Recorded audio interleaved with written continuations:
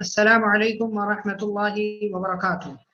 بسم اللہ والصلاة والسلام علی رسول اللہ نبینا محمد وعلی آلہ واصحابہ ومن والاه واشهد ان لا الہ الا اللہ واشهد ان محمد رسول اللہ، اما بعد۔ اعوذ باللہ من الشیطان الرجیم، بسم اللہ الرحمن الرحیم۔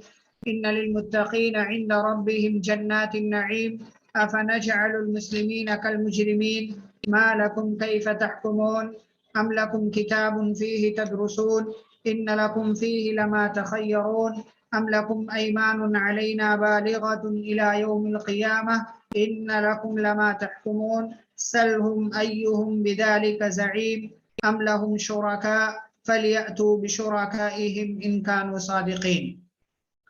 رب اشرح لي صدري ويسر لي امري واحلل عقدة من لساني يفقهوا قولي سبحانك لا علم لنا الا ما علمتنا انك انت العليم الحكيم رب زدني علما اللهم صل على محمد وعلى ال محمد كما صليت على ابراهيم وعلى ال ابراهيم انك حميد مجيد اللهم بارك على محمد وعلى ال محمد كما باركت على ابراهيم وعلى ال ابراهيم انك حميد مجيد۔ اسلامی بھائیوں اور بہنوں، آج کی اس مجلس میں آپ تمام کا استقبال ہے۔ ہماری گفتگو چل رہی تھی سورۃ القلم کے تعلق سے، آیت نمبر 33 تک ہم پہنچے تھے۔ اس کے بعد کی آیتوں کا تذکرہ آپ کے سامنے پیش کرنا ہے۔ اس کے بعد کی آیتیں جو شروع ہوتی ہیں ان للمتقین عند ربهم جنات النعیم، قرآن وغیرہ کھول کر کے رکھیں تو بہتر ہے آپ سب کے لیے۔ تو اللہ تعالیٰ فرماتے ان للمتقین عند ربهم جنات النعیم، بے شک متقیوں کے لیے نعمتوں والی جنت ہے ان کے رب کے پاس۔ تو یہ تو تقوی کا انعام ہے۔ تقوی کس کو کہتے ہیں؟ اللہ نے جو کہا ہے وہ کرنا اور جس سے منع کیا اس سے رک جانا، اسی چیز کا نام تقوی ہے۔ یہی چیز اللہ کو مطلوب ہے اور اسی چیز کا اللہ نے جگہ جگہ قرآن کے اندر حکم دیا ہے۔ تو جو لوگ تقوی اختیار کرتے ہیں، جو لوگ متقی ہیں، ان کا انعام کیا ہے ان کے رب کے پاس؟ عند ربهم جنات النعیم، نعمتوں والی جنت ہے۔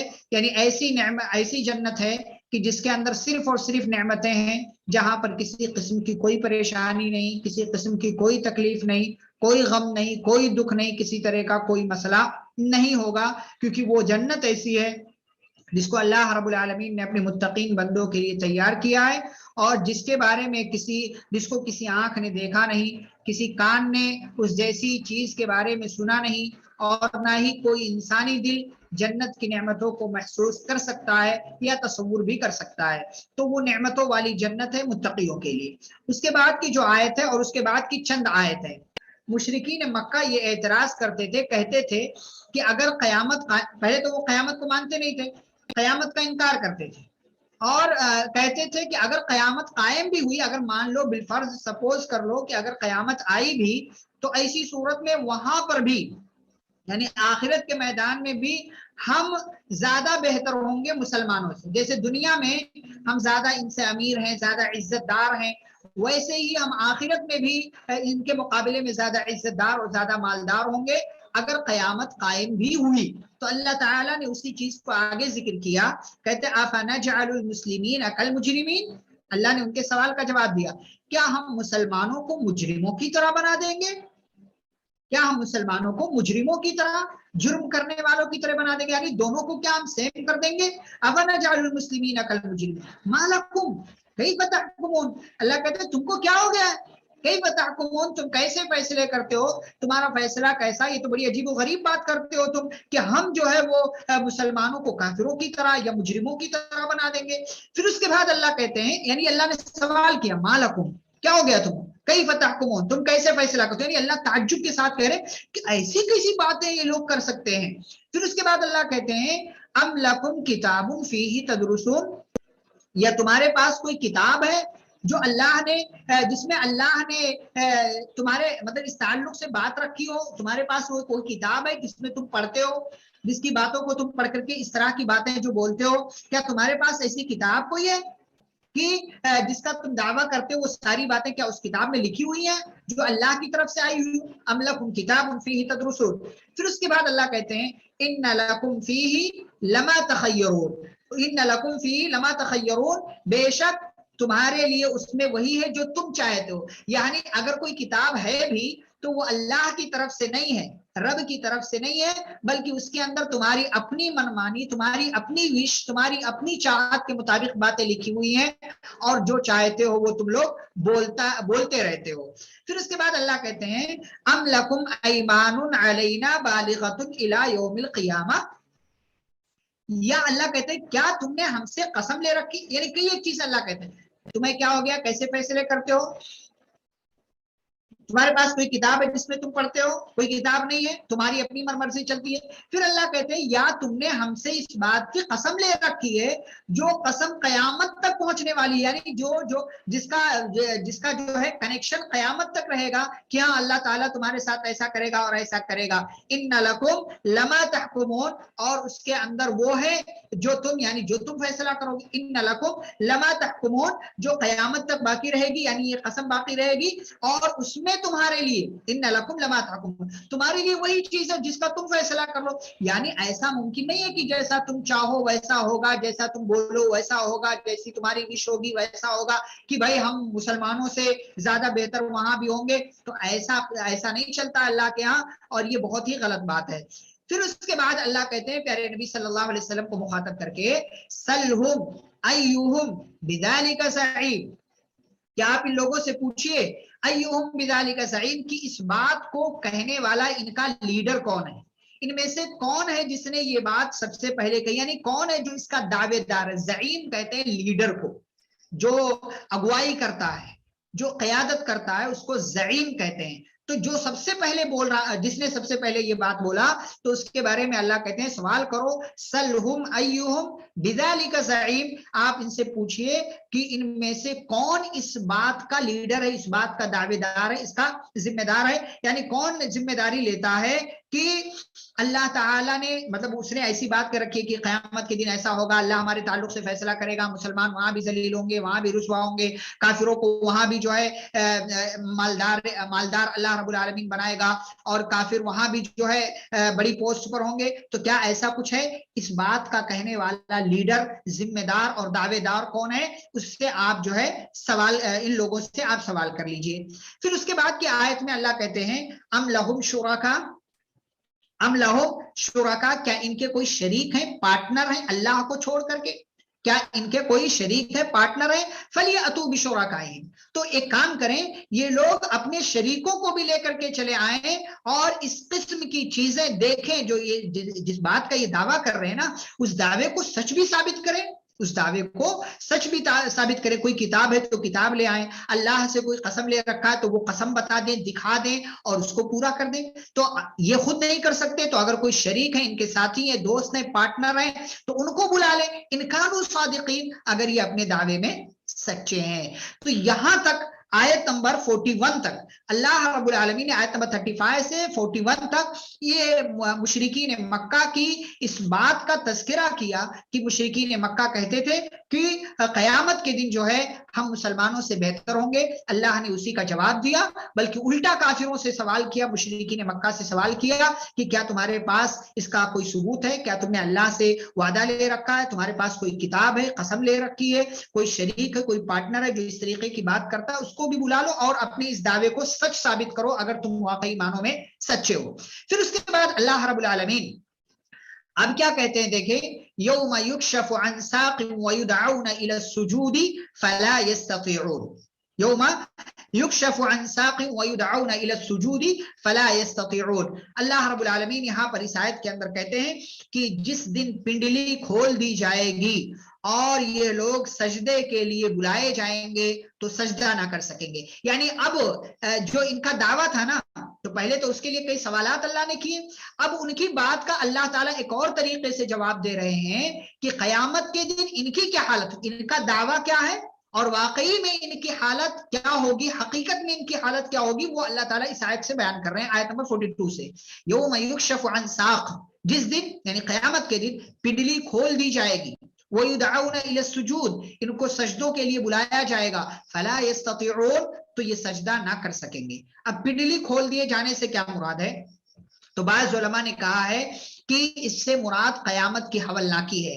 آسمان پھٹ جائے گا, ستارے بے نور ہو جائیں گے, اور سورج بے نور ہو جائے گا, اور چاند کو لپیٹ لیا جائے گا, اور پہاڑ جو ہے ریزہ ریزہ چورا چورا ہو جائیں گے, اور اسی طریقے سے پہاڑوں کو چلایا جائے گا, اور سمندر کو بھڑکایا جائے گا, جنت کو قریب لایا جائے گا, جہنم کو بھڑکایا جائے گا, اور جو مختلف طریقے کے مناظر جو ہوں گے, زمین کو پہاڑوں کو اٹھا کر کے آپس میں ٹکرا دیا جائے گا, آسمان روئی کی طرح, کاپوس کی طرح, کاٹن کی طرح ہوا میں اڑے گا. یہ سارے مناظر ہوں گے, یہ ساری جو ہے ہولناکیاں ہوں گی. تو بعض علماء نے کہا ہے کہ پنڈلی کھول دی جائے گی سے مراد یہی تمام تر کیفیات ہیں جو قیامت کی ہولناکی اور خطرناکی سے جن کا تعلق ہے. پھر اس کے بعد اور اسی طریقے سے بعض علماء نے یہ کہا ہے کہ پنڈلی کھول دیے جانے سے مراد اللہ رب العالمین کی پنڈلی ہے. اللہ رب العالمین کی پنڈلی ہے کہ جس دن اللہ تعالی اپنی پنڈلی کھولے گا. کیسے؟ جیسے اس کی شان کے لائق ہے. یعنی جیسے ہماری پنڈلی ہوتی ہے جو گھٹنے کے نیچے کا حصہ ہوتا ہے, ٹخنے سے اوپر کا حصہ ہوتا ہے, پنڈلی جس کو ہم بولتے ہیں, تو اللہ رب العالمین اپنی پنڈلی کھولے گا. لیکن اس کی پنڈلی کیسی ہے اور وہ کس طریقے کی ہے؟ جیسا ہے وہ, جیسے اس کی شان کے لائق ہے اور جیسے اس کی شخصیت کے, اس کی ذات کے لائق ہے. تو جب اللہ تعالیٰ اپنی پنڈلی کھولے گا قیامت کے دن, تو تمام مومن چاہے مرد ہو یا عورت سب کے سب سجدے میں گر جائیں گے, سب کے سب سجدے میں گر جائیں گے, اور سب کے سب سجدے میں گر جائیں گے. تو باقی وہ لوگ رہ جائیں گے, وہ لوگ باقی رہ جائیں گے جو دنیا میں سجدہ تو کرتے تھے لیکن دکھاوے کا ہوتا تھا, شہرت کا ہوتا تھا, ریاکاری کا ہوتا تھا. یا وہ لوگ رہ جائیں گے جنہوں نے اللہ کا سجدہ ہی نہیں کیا ہے, یا وہ لوگ رہ جائیں گے جنہوں نے کفر اور شرک کیا ہے, اللہ تبارک و تعالیٰ پر ایمان نہیں لائے. تو اللہ تعالیٰ کی پنڈلی کھلے گی, تمام مومن مرد اور عورت سجدے میں گر جائیں گے, اور جو لوگ ریاکاری کے لیے, شہرت کے لیے, کفر اور شرک کے ساتھ جنہوں نے زندگی گزارا ہے, ان کی پیٹھ جو ہے, ان کی پیٹھ اور ریڑھ کی ہڈی جو ہے وہ اکڑ کر رہ جائے گی, بالکل تختے کی طرح. جیسے لکڑی کا تختہ ہوتا ہے اس کو آپ موڑ نہیں سکتے ہیں, فولڈ نہیں کر سکتے ہیں, اور نہ ہی کسی قسم کا اس میں لچک آپ لا سکتے ہیں, ایسے ہی ان کی ریڑھ کی ہڈی ہو جائے گی, اور وہ سجدہ کرنے کی طاقت بھی نہیں رکھیں گے. اللہ ہم سب کی اس سے حفاظت فرمائے, اور ہم سب کو اللہ سجدہ ریز ہونے کی, عبادت کے کام کرنے کی توفیق دے. بہرحال یہ صحیح بخاری کی حدیث ہے. اللہ تعالیٰ کی پنڈلی کس طرح کی ہوگی, اسے وہ کس طرح کھولے گا, اس کیفیت کو ہم نہیں جانتے ہیں. نہ شریعت میں, قرآن اور حدیث میں اس تعلق سے کوئی بات بیان کی گئی ہے. لہٰذا ہمیں جتنی بات بیان کی گئی ہے اسی پر ایمان لانا ہے, انہی باتوں کو سمجھنا ہے, اتنے ہی کو تسلیم کرنا ہے. اور جیسے اللہ کے ہاتھ, کان اور چہرے وغیرہ کا تذکرہ ہے لیکن اس کی کیفیت نہیں ہے, ایسے ہی اللہ رب العالمین کی پنڈلی کا بھی تذکرہ ہے, لیکن وہ کیسی ہے, کیا ہے, کتنی ہے, لمبی ہے, چوڑی ہے, کیا ہے, اس کے پیچھے ہمیں پڑھنے کی ضرورت نہیں ہے. تو یہ جب مرحلہ ہوگا, اور تو اب جب تفسیر آپ نے دیکھا تو آپ کو کلیئر ہو گیا کہ جب جس دن پنڈلی کھلے گی, پنڈلی سے مراد جو بھی ہو, قیامت قائم ہوگی یا اللہ تعالیٰ کی پنڈلی کھلے گی, تو تمام مومن سجدے میں گر جائیں گے, اور گویا کہ اعلان ہوگا کہ تمام لوگوں کو سجدہ کرنا ہے, لیکن مومن سجدہ کریں گے اور کافر, مشرک, منافق, ریاکار وغیرہ سجدہ نہیں کر پائیں گے. تو اسی کا اللہ نے تذکرہ کیا, وَيُدْعَوْنَ إِلَى السُّجُودِ, ان لوگوں کو سجدے کی طرف بلایا جائے گا, فَلَا يَسْتَطِيعُونَ, تو یہ لوگ سجدہ نہیں کر پائیں گے. پھر اس کے بعد اللہ کہتے ہیں ان کی حالت کیا ہوگی, کتنی بری کنڈیشن میں ہوں گے. خاشعۃ ابصارهم ترهقهم ذلہ, نگاہیں ان کی نیچی ہوں گی اور ان پر ذلت و خواری چھا رہی ہوگی. وقد كانوا يدعون الى السجود وهم سالمون, حالانکہ بات ایسی ہے کہ دنیا میں جب یہ صحیح سالم تھے تو ان کو سجدوں کے لیے بلایا جاتا تھا, لیکن پھر یہ سجدے نہیں کرتے تھے. جیسے یعنی دنیا کے برعکس معاملہ ہوگا, یعنی جیسے دنیا میں یہ صحیح سالم تھے, مطلب ٹھیک ٹھاک تھے, تو ان کو سجدے کے لیے بلایا گیا تو انہوں نے سجدہ نہیں کیا. سجدہ کر سکتے تھے لیکن نہیں کیا. آخرت میں کیا مسئلہ ہوگا کہ یہ لوگ سجدہ کرنا چاہیں گے لیکن ان کی پیٹھ, ریڑھ کی ہڈی میں اکڑ آ جائے گی, وہ سخت ہو جائے گی, ٹائٹ ہو جائے گی, تو یہ لوگ سجدہ نہیں کر پائیں گے. تو اسی لیے ان کی نگاہیں جو ہے جھک جائیں گی, اور بالکل ان کے چہرے پر, ان کی باڈی پر ذلت, خاری, مسکنت جو ہے یہ طاری ہوگی, بالکل اپنے آپ کو یہ لوگ حقیر محسوس کر رہے ہوں گے. پھر اس کے بعد اللہ کہتے ہیں, اب دنیا کا معاملہ, دنیا کے حوالے سے اللہ بات بیان کر رہے ہیں, فَذَرْنِي وَمَنْ يُكَذِّبُ بِهَذَا الْحَدِيثِ, آپ مجھے چھوڑ دیجئے، یعنی پیارے نبی صلی اللہ علیہ وسلم سے اللہ کہتے ہیں اور ان کے ذریعے تمام لوگوں کو جو بھی قرآن پڑھتا ہے، جو بھی ایمان والا ہے، فَذَرْنِي وَمَنْ يُكَذِّبُ بِهَذَا الْحَدِيثِ، آپ مجھے چھوڑ دیجئے اور اس شخص کو جو اس حدیث کو جو ہے جھٹلاتا ہے، سَنَسْتَدْرِجُهُمْ مِنْ حَيْثُ لَا يَعْلَمُونَ، ان قریب ہم ان کو ایسی جگہ سے ڈھیل دیں گے جہاں سے ان کو معلوم بھی نہیں پڑے گا۔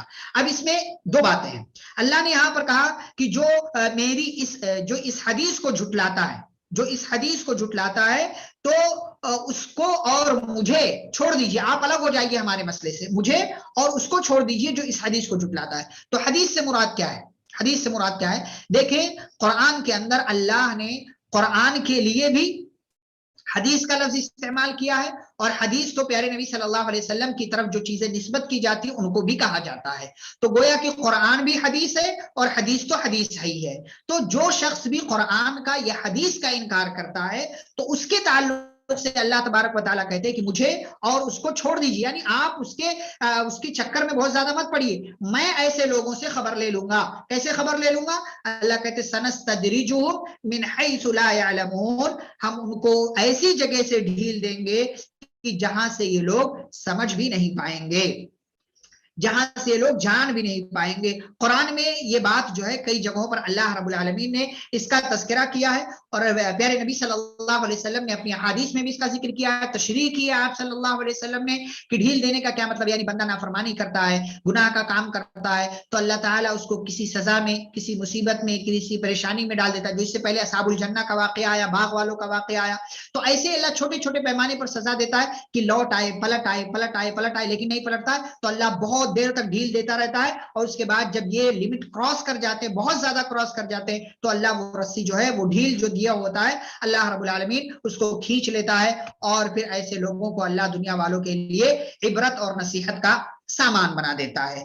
پھر اس کے بعد آگے بڑھیں، وَأُمْلِي لَهُمْ إِنَّ كَيْدِي مَتِينٌ، اللہ کیا کہتے ہیں؟ پھر اپنی ایک پکڑ کا ذکر کر رہے ہیں کہ میں ان کو ڈھیل دوں گا، مہلت دوں گا، کچھ وقت دوں گا ان کو سدھرنے کے لیے، اگر یہ سدھرتے ہیں تو ٹھیک ہے، اور اگر نہیں سدھرتے ہیں تو ان قیدی متین، میری چال، میری تدبیر متین، بہت مضبوط ہے۔ متین کہتے ہیں مضبوط، اسی لیے اللہ کا نام کیا ہے؟ المتین، اللہ کا ایک نام کیا ہے؟ المتین، اس کی صفت ہے، اسی لیے نام رکھا جاتا ہے عبد المتین، متین کا بندہ۔ متین کا مطلب ہوتا ہے مضبوط، پختہ، پاورفل۔ ان اللہ هو الرزاق ذو القوة المتین، بے شک اللہ ہی روزی دینے والا ہے، ذو القوة المتین، طاقتور ہے اور مضبوط ہے وہ اللہ رب العالمین۔ اس کے بعد کیا ہے دیکھیں، ام تسألهم اجرا فهم من مغرم مثقلون، یعنی ایک تو یہ بات ہے کہ یہ لوگ مطلب سمجھ میں نہیں آتا ہے کہ یہ لوگ جھٹلاتے کیوں ہیں حدیث کو، اور پھر ڈھیل دینے کے باوجود، سزا میں پڑنے کے باوجود یہ لوگ ایمان کیوں نہیں لاتے؟ پھر اللہ پیارے نبی صلی اللہ علیہ وسلم سے سوال کرتا ہے، ام تسألهم فهم من مغرم مثقلون، یا آپ ان سے اجر مانگتے ہیں، بھائی آپ ان سے بدلہ مانگتے ہیں کہ بھائی میں تمہیں ادھر کا راستہ دکھا رہا ہوں تو کچھ پیسے مجھے دے دو، میری محنت دے دو، میری مزدوری، کیا آپ ان سے ایسا کہتے ہیں؟ فهم من مغرم مثقلون، کہ جس کے بوجھ تلے یہ دبے جا رہے ہیں، یعنی جس کے بوجھ تلے دب کر کے یہ دوسرا راستہ اختیار کر رہے ہیں، یعنی آپ کو پیسے نہیں دے رہے ہیں اور دوسرا راستہ اختیار، کیا ایسا کوئی ہے؟ یعنی نبی صلی اللہ علیہ وسلم سے گرچہ اللہ تعالیٰ مخاطب کر رہا ہے نبی صلی اللہ علیہ وسلم کو، لیکن اللہ رب العالمین انڈائریکٹ کافروں کو دھمکی دے رہا ہے کہ عجیب بے وقوفی کی بات کر رہے ہو تم، یہ نبی جو ہے وہ کوئی اجرت نہیں مانگتے، محنت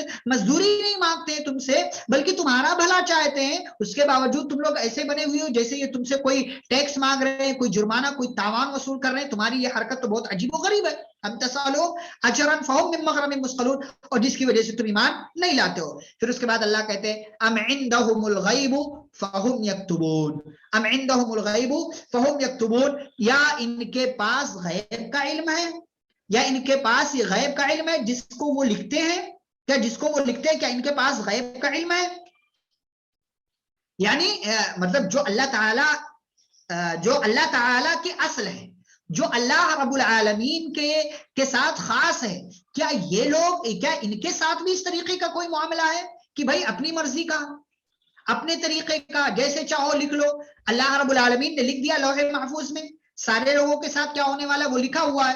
تو کیا ان کے ساتھ بھی کچھ اس طریقے کا معاملہ ہے کہ مطلب اپنے راستے پر چلے جا رہے ہیں, اڑے ہیں, اور جو ہے سرکشی کا, نادانی کا, بے وقوفی کا, گمراہی کا, ضلالت کا راستہ اختیار کر, کیا اس طریقے کی کوئی بات؟ مطلب کیا ان کو غیب کا علم ہے؟ نہیں, غیب کا علم نہیں. یعنی اللہ تعالی جو ہے وہ آپ یہ کہہ لیں عزت کے ساتھ بے عزت کر رہا ہے ان کو, کافروں کو, کہ بے وقوف وہ سمجھنا چاہیے جب یہ بھی نہیں ہے, یہ بھی نہیں ہے, یہ بھی نہیں ہے, یہ بھی نہیں, جو بھی اللہ نے ان پوری آیتوں میں گنوایا ہے, جب یہ ساری چیزیں نہیں ہیں تو مطلب یہ لوگ ایمان کیوں نہیں لاتے ہیں؟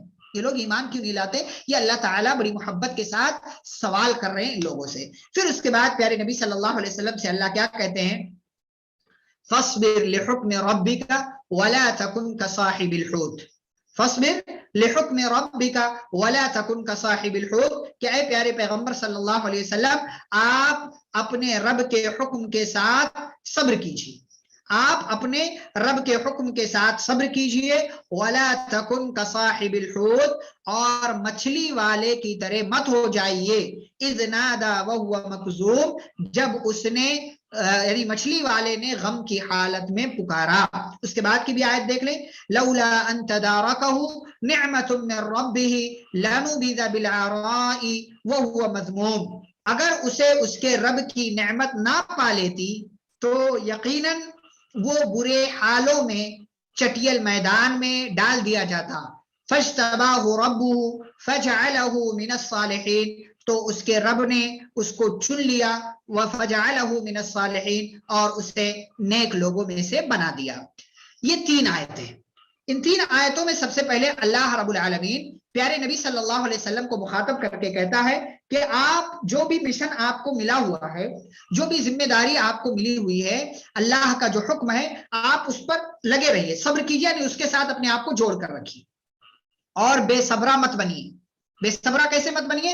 وَلَا تَكُنْ كَصَاحِبِ الْحُوتِ, مچھلی والے کی طرح مت ہو جائیے. مچھلی والے کون؟ مچھلی والے کون؟ جواب دے کوئی. یونس علیہ السلام مچھلی والے نبی ہیں. تو ان کے ساتھ کیا مسئلہ ہوا تھا؟ دیکھیں ایک اختصار کے ساتھ میں واقعہ بیان کر دوں تاکہ جو ہے آپ کو سمجھنے میں آسانی ہو. یونس علیہ السلام کو اللہ نے نینوا نام کے ایک علاقے کی طرف نبی اور رسول بنا کر کے بھیجا. 1 لاکھ سے زائد لوگ اس علاقے میں رہتے تھے. ان کا نبی, ان کا رسول, ان کا پیغمبر بنا کر کے اللہ نے بھیجا. سمجھایا نہیں مانے, تو کہا کہ اگر نہیں مانو گے تو تمہارے اوپر اللہ کا عذاب آئے گا. تو کہا ٹھیک ہے عذاب لے آؤ. اللہ نے عذاب کا وعدہ کر لیا. اللہ نے عذاب کا وعدہ کر لیا کہ فلاں وقت عذاب آئے گا. اب اس کے آگے کوئی حکم نہیں تھا. اللہ رب العالمین کے اگلے حکم کا انتظار کیے بغیر یونس علیہ السلام نے سمجھا کہ معاملہ تو حل ہو گیا, اب عذاب آنے والا ہے تو مجھے اس بستی سے نکل جانا چاہیے, مجھے اس علاقے سے نکل. گویا کہ انہوں نے بے صبری کا مظاہرہ کیا, جلد بازی کر گئے, تو وہ نکل گئے. اب ادھر جب قوم کے اوپر عذاب آیا اور قوم کے لوگوں نے عذاب دیکھا تو اللہ تعالیٰ سے توبہ کر لیا اور اللہ تعالیٰ سے کہا کہ اللہ ہم ایمان لاتے ہیں. تو اللہ نے ان کے ایمان کو قبول کر لیا. یہ ایک دنیا کی واحد صرف ایک ایسی قوم ہے کہ عذاب آ جانے کے بعد, بالکل عذاب سامنے تھا لیکن عذاب آ جانے کے بعد ان لوگوں نے معافی مانگ لیا, توبہ کر لیا, تو اللہ تعالیٰ نے ان کی توبہ کو قبول کر لیا. یہ صرف دنیا کی ایسی قوم ہے. وجہ کیا ہے؟ کیونکہ نبی جو ہے اپنے وقت سے پہلے قوم والوں سے نکل کر جا چکے تھے, صرف اسی وجہ سے, جس کا تذکرہ اللہ نے سورہ یونس میں کیا ہے. فلولا كانت قرية آمنت فنفعها ایمانها الا قوم یونس. کسی بھی گاؤں بستی علاقے کے ایمان کو عذاب آ جانے کے بعد اس کے ایمان نے فائدہ نہیں پہنچایا سوائے یونس علیہ السلام کے قوم کے. لما آمنوا, جب وہ لوگ ایمان لے آئے تو ہم نے ان سے رسوائی والا عذاب دور کر دیا, ان سے رسوائی والا عذاب دور کر دیا. اب قوم کے لوگ تو ادھر ایمان لے آئے لیکن ادھر یونس علیہ السلام کو اس جلد بازی کی, بے صبری کی سزا ملی. سزا کیا ملی؟ کہ اس علاقے سے نکل کر کے کسی دوسرے علاقے کی طرف جا رہے تھے, کسی دوسرے علاقے کی طرف جا رہے تھے. تو جب جانے لگے تو ایک کشتی کے ذریعے, ایک شپ کے ذریعے ان کو جانا تھا. شپ میں بیٹھے تو اوور لوڈ ہو گئی, کشتی چلنے لگی, اوور لوڈ تھی. تو لوگوں نے فیصلہ کیا کہ کیا کرنا چاہیے. تو فیصلہ یہ ہوا قرآن اندازی کرو, چٹھی پھاڑو, جس کا نام آئے گا اس کو اٹھا کر سمندر میں ڈال دیا جائے گا. کیونکہ کیونکہ ایک بندہ کم ہوگا تو سارے لوگوں کی جان بچے گی. اب ایک کی وجہ سے سارے لوگوں کی جان تو جو ہے مشکل میں نہیں ڈالی جا سکتی. چنانچہ چٹھی پھاڑی گئی, یونس علیہ السلام کا نام آ گیا. اللہ معاملات سارے سسٹم چلاتا ہے, ساری تدبیر کرتا ہے. یونس علیہ السلام کا نام آیا, اٹھا کر کے ان کو سمندر میں ڈال دیا گیا, اٹھا کر کے ان کو سمندر میں ڈال دیا گیا. جیسا کہ اللہ نے کہا ہے سورہ صافات میں, وَإِنَّ يُونُسَ لَمِنَ الْمُرْسَلِينَ إِذْ أَبَقَ إِلَى الْفُلْكِ الْمَشْحُونِ فَسَاهَمَ فَكَانَ مِنَ الْمُدْحَضِينَ. قرآن اندازی میں ان کا نام آ گیا, اٹھا کر کے ان کو پھینک دیا گیا. اب جب پھینک دیا گیا تو اللہ کے حکم سے مچھلی نے ان کو جو ہے نگل لیا. دیکھیں اللہ تعالیٰ ایک طرف حفاظت بھی کر رہا ہے اور ایک طرف جو ہے اللہ تعالیٰ مشکل میں عذاب بھی دے رہا ہے, سزا بھی دے رہا ہے, اور دوسری طرف اللہ حفاظت بھی کر رہا ہے. کیوں؟ اس لیے کہ پچھلے زمانے میں نیکی کی تھی. بات ابھی آگے آ رہی ہے, بات ابھی آگے آ رہی ہے. تو یہ جو ہے بات یونس علیہ السلام کے تعلق سے, تو وہ مچھلی کے پیٹ میں چلے گئے. اب جب مچھلی کے پیٹ میں پہنچے تو وہاں ان کو اپنی غلطی کا احساس ہوا, اور وہ مشہور ذکر انہوں نے مچھلی کے پیٹ میں جو ہے پڑھا, لا الہ الا انت سبحانک انی کنت من الظالمین. اے اللہ تیرے سوا کوئی معبود برحق نہیں ہے, تو جو ہے تیری ذات پاک ہے, میں ظالم ہوں, اللہ مجھے معاف کر دے. 40 دنوں کے بعد اللہ رب العالمین نے ان کو مچھلی کے پیٹ سے نکالا, اور پھر وہ بالکل جو ہے آپ اپنی زبان میں کہہ لیں چوزا ہو چکے تھے, یعنی بالکل گوشت پوشت کچھ رہے. 40 دن تک مچھلی کے پیٹ میں رہنا معمولی بات ہے, معمولی بات ہے. یونس علیہ السلام کو اللہ نے وہاں رکھا, اور اس کے بعد اللہ کے حکم سے مچھلی نے ان کو باہر لا کر کے نگل دیا ایک درخت کے پاس. اور اللہ کہتے ہیں فلولا انه كان من المسبحين, اگر وہ تسبیح بیان کرنے والے نہ ہوتے, للبث في بطنه الى يوم يبعثون, تو قیامت تک مچھلی کے پیٹ میں پڑے رہتے اور ان کو وہاں سے کوئی نکالنے والا نہ ہوتا.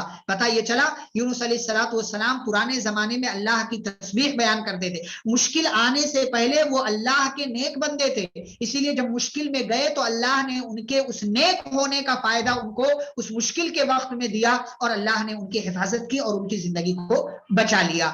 اور غم کے حالت میں خاص طور سے تسبیح کرنے کا فائدہ بہت ہوتا ہے, لا الہ الا انت سبحانک انی کنت من الظالمین.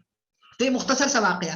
تو پیارے نبی صلی اللہ علیہ وسلم کو اللہ یہی حکم دے رہے ہیں کہ آپ جو ہے صبر کیجئے. ہم سب کو بھی یہی حکم ہے, ہمارے ساتھ جس بھی طریقے کا معاملہ زندگی کے اندر چل رہا ہو, ہمیں اللہ کے فیصلے پر صبر کرنا چاہیے, کیونکہ اللہ بہتر کرتا ہے, بہتر کرنے والا ہے, معاملات کی سچی اور اچھی تدبیر کرنے والا ہے. ہمیں بھی اسی طریقے کا معاملہ جو ہے جاری اور ساری رکھنا چاہیے, اور اسی راستے پر ہمیں چلنا چاہیے. جلد بازی کریں گے, بے صبری کا مظاہرہ کریں گے, اللہ کے قوانین کو لمٹ جو اللہ نے مقرر کی ہے اس کو پار کریں گے, پھلانگیں گے, کراس کریں گے, تو اسی صورت میں مشکلات آپ کی زندگی کا حصہ بنیں گی, جیسا یونس علیہ السلام کے ساتھ ہوا. لیکن چونکہ انہوں نے توبہ کر لی, پہلے بھی نیک تھے, تو اللہ نے ان کے توبہ اور ان کے نیک ہونے کا فائدہ یہ دیا کہ اللہ نے ان کو چن لیا اور ان کو نیک بنا دیا, جو یہاں تک آیت نمبر 50 تک بات پہنچی ہے. اس کے بعد آخر کی 2 آیتیں, آیت نمبر 51, آیت نمبر 52, وَإِن يَكَادُ الَّذِينَ كَفَرُوا لَيُزْلِقُونَكَ بِأَبْصَارِهِمْ لَمَّا سَمِعُوا الذِّكْرَ وَيَقُولُونَ إِنَّهُ لَمَجْنُونَ. اللہ رب العالمین فرماتے ہیں کہ قریب ہے, یعنی یہ کافر اتنا زیادہ حسد کرتے تھے نبی صلی اللہ علیہ وسلم سے, اتنا زیادہ جو ہے جلتے تھے, کڑتے تھے, پریشان رہتے تھے, کہ اللہ نے اسی کا تذکرہ کیا ہے کہ قریب ہے کہ یہ کافر لوگ اپنی تیز نگاہوں سے آپ کو پھسلا دیں, آپ کو گرا دیں, آپ کو تکلیف دے دیں. لما سمعوا الذکر, جب یہ لوگ قرآن سنتے ہیں اور کہتے ہیں انہو لمجنون, یہ تو یقیناً پاگل ہے, دیوانہ ہے. وما هو الا ذکر للعالمین, اور یہ جو ہے پاگل اور دیوانگی والی بات نہیں ہے, بلکہ یہ وما هو الا ذکر للعالمین, یہ پوری کائنات کے لوگوں کے لیے نصیحت ہے, ذکر ہے. لہٰذا لوگوں کو نصیحت اور حاصل کرنا چاہیے اور اللہ کا ذکر کرنا چاہیے. یہاں پر اللہ رب العالمین نے اپنی ایک نعمت کا تذکرہ کیا کہ اگر اللہ کی نعمت نبی صلی اللہ علیہ وسلم کے ساتھ نہ ہوتی, اللہ کا خصوصی فضل, اس کا احسان نہ ہوتا, تو یہ کافر لوگ اپنی بری نظروں سے نبی صلی اللہ علیہ وسلم کو اتنی زیادہ تکلیف دے دیتے کہ نبی صلی اللہ علیہ وسلم پریشان ہو کر کے رہ جاتے. لیکن اللہ نے حفاظت کی, کرتا رہا. یہاں پر جو ہے ایک اہم مسئلہ جو ثابت ہوتا ہے کہ نظر کا لگنا یہ حق ہے, نظر کا لگنا یہ حق ہے. اسی لیے ایک حدیث کے اندر نبی صلی اللہ علیہ وسلم نے فرمایا العین حق، نظر کا لگنا یہ حق ہے. یہ پہلی بات.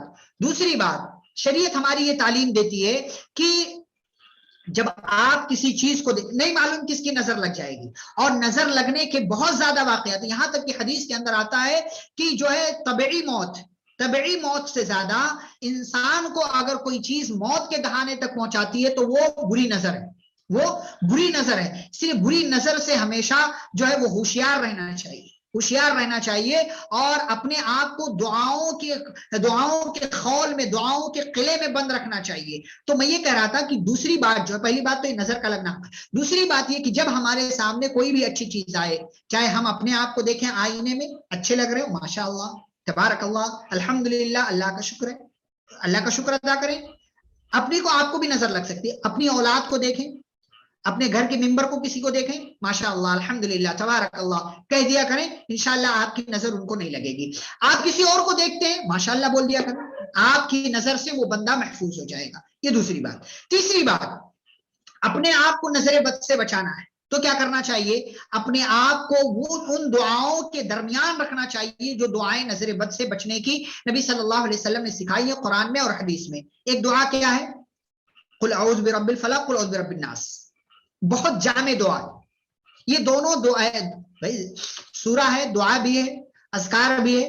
ان دونوں اسی لیے دیکھیں صبح کے، شام کے اذکار میں، سونے سے پہلے کے اذکار میں یہ چیزیں ہر جگہ موجود ہیں. معوذتین، قل اعوذ برب الفلق قل اعوذ برب الناس، یہ ہر جگہ موجود ہے. تو ان دونوں کا بطور خاص اہتمام کیا کریں، قل اعوذ برب الفلق قل اعوذ برب الناس. اسی طریقے سے اعوذ بکلمات اللہ التامات من شر ما خلق، مشہور دعا ہے، اس کو بھی پڑھ کر کے اپنے آپ کو اللہ کی حفاظت میں دے دیں. ایک اور دعا ہے اعوذ بکلمات اللہ التامات من کل شیطان وہامہ ومن کل عین لامہ. کیا دعا؟ میں اللہ کے مکمل کلمات کے ذریعے پناہ مانگتا ہوں یا مانگتی ہوں، کس سے؟ ہر شیطان سے اور ہر زہریلی چیز سے، ومن کل عین لامہ، اور ہر لگ جانے والی نظر سے، ہر لگ جانے والی نظر سے.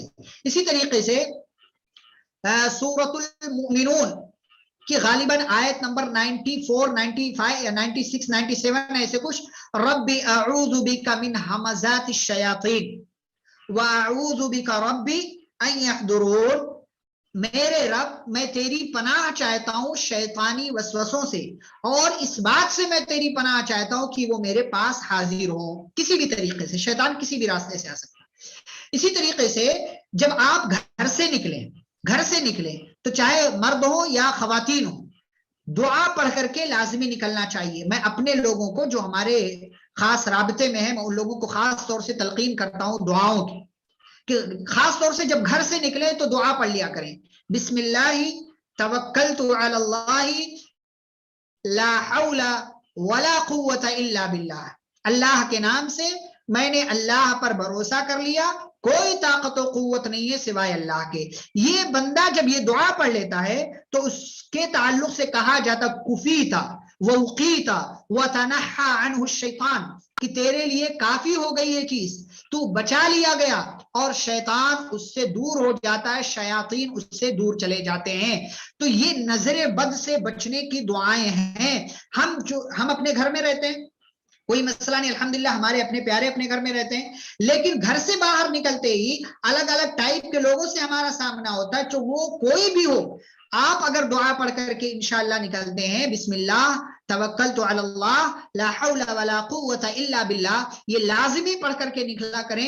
بہت ہی بہترین ذکر ہے انشاءاللہ. اس کی وجہ سے آپ ہر قسم کی مصیبت سے، پریشانیوں سے اور بطور خاص بری نظروں سے آپ کی حفاظت ہوگی، بری نظروں سے آپ کی حفاظت ہوگی. یہاں پر اللہ تعالیٰ اس چیز کا خصوصی تذکرہ کر کے نبی صلی اللہ علیہ وسلم کے اوپر اپنا احسان جتلا رہے ہیں کہ اگر اللہ کی نعمت آپ کے ساتھ نہ ہوتی تو یہ لوگ اپنی بری نظروں سے آپ کو پھسلا دیتے، گرا دیتے اور آپ کو جو ہے کسی مصیبت کسی پریشانی میں ڈال دیتے، لیکن چونکہ اللہ کا خصوصی فضل رہا ہے وہ آپ کی حفاظت کرتا رہا ہے، اسی لیے ہمیں بھی چاہیے کہ جو طریقہ پیارے نبی صلی اللہ علیہ وسلم نے اور قرآن کے اندر اللہ رب العالمین نے بیان کیا ہے وہ طریقہ ہمیں اختیار کرنا چاہیے اور اس چیز کو ہمیں اپنی زندگی میں شامل کرنا چاہیے تاکہ ہم بھی بری نظروں سے، جادو سے، شیطانی وسوسوں سے اور ہر قسم کے برے جو ہے خیالات سے اور بری چیزوں سے اپنے آپ کو بچا سکے۔ یہاں پر یہ سورۃ القلم جو ہے وہ مکمل ہوتی ہے۔ آج کی مجلس یہیں پر ختم کرتے ہیں، کل پھر سے آپ تمام لوگ حاضر ہوں وقت مقررہ پر۔ بارک اللہ فیکم، سبحانک اللہم و بحمدک، اشہد ان لا الہ الا انت استغفرک و اتوب الیک۔ والسلام علیکم ورحمۃ اللہ وبرکاتہ۔